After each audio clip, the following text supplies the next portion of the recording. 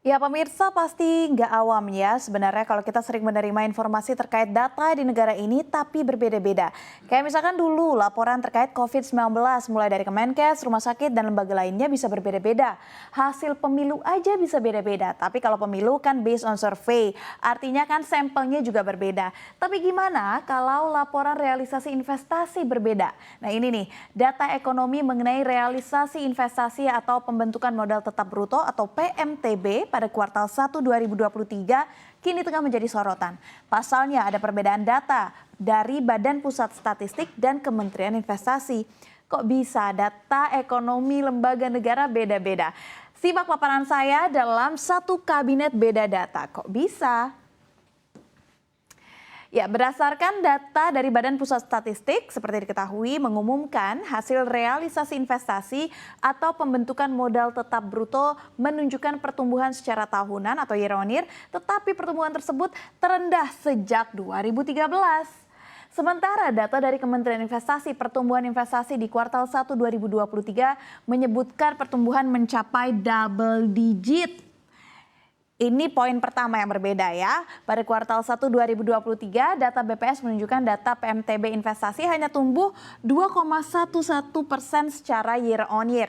Ini merupakan pertumbuhan terendah sejak tahun 2013 atau sebelum pandemi COVID-19. Tapi jika dibandingkan dengan kuartal 1 2022 ataupun kuartal 4 2022, penurunannya cukup dalam. Nah, pertumbuhan PMTB pada kuartal 1 2022 tercatat sebesar 4,08% dan pada kuartal 4 2022 pertumbuhannya mencapai 3,33%. Sementara di sisi lain, Kementerian Investasi atau Badan Koordinasi Penanaman Modal BKPM mencatat realisasi investasi pada kuartal 1 2023 sebesar 328,9 triliun rupiah atau tumbuh double digit di 16,5% secara year on year dibandingkan dengan kuartal 1 2022. Di sini bisa lihat ya, ini single digit, di sini double digit. Perbedaannya cukup signifikan. Sekarang pertanyaannya, kok bisa data ini berbeda? Kementerian Keuangan menanggapi adanya isu terkait hal ini. Menurut Sri Mulyani, data investasi yang disampaikan oleh Kementerian Investasi atau Badan Koordinasi Penanaman Modal BKPM mengenai penanaman modal asing atau PMA dan penanaman modal dalam negeri atau PMDN sudah tercatat namun masih harus membutuhkan approval lebih lanjut ataupun adanya regulasi lain-lainnya. Sementara data investasi atau pembentukan modal tetap bruto yang disampaikan oleh BPS ini mencatatkan realisasi investasi secara keseluruhan. Tidak hanya pada PMA ataupun PMDN. Ini dia keseluruhannya. Jadi realisasi investasi yang dilihat oleh BPS adalah secara keseluruhan. Sri Mulyani juga memperkirakan bahwa total realisasi investasi berdasarkan data BPS mencapai 7.000 triliun pada kuartal 1 2023 atau setara dengan 30% dari PDB di Indonesia. Dari keseluruhan data investasi BPS yang memperkirakan mencapai 7.000 triliun rupiah pada kuartal 1 2023, menurut Sri Mulyani mayoritas adalah swasta yang melakukan operasionalnya di Indonesia. Nah, menambahkan statement Sri Mulyani, Kepala Badan Kebijakan Fiskal Kementerian Keuangan Febrio Kacaribu juga menjelaskan, ketika BKPM melakukan kinerja baik untuk menarik penanaman modal asing dan penanaman modal dalam negeri, tidak serta-merta langsung diterjemahkan sebagai pertumbuhan investasi real. BKPM justru, jadi definisi investasi real berdasarkan BKPM ini berbeda ya.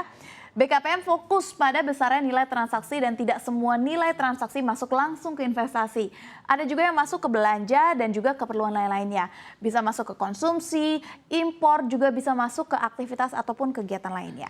Sementara kalau misalkan data dari BPS, menurut Febrio Kacaribu, klasifikasi investasi real adalah pertambahan barang modal ketika pelaku ekonomi itu melakukan pembelian barang modal dan menciptakan barang modal yang baru. Menurut Febrio, data yang terekam oleh BPS, 70% adalah dalam bentuk bangunan dan 30% dalam bentuk mesin atau dalam bentuk barang-barang intelektual property. Itu adalah definisi investasi real menurut BPS.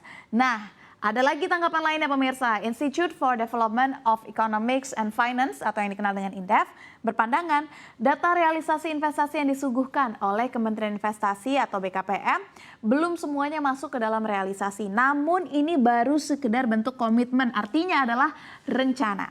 Direktur Eksekutif Indef Taufik Ahmad ini menjelaskan bahwa PMTB sebagian besar masuk ke sektor konstruksi dan belanja yang lain.